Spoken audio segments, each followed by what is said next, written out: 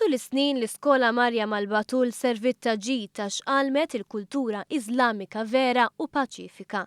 Għal dan il-Prim Ministru Joseph Muscat li fisser kif il-Gvern irid ikompli jinvesti fiha biex it-tfal Maltin Musulmani ikollhom edukazzjoni fil-veru tifsira tal-Iżlam Paċifiku. Għax l-edukazzjoni hija l-aqwa għodda kontra l-estremiżmu.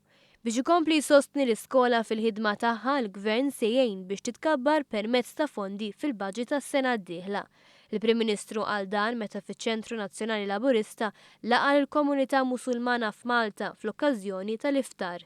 L-iftar hija ikla wara nżur ix-xemx meta fir-Ramadan il-Musulmani jispiċċaw is-sawm tal-ġurnata.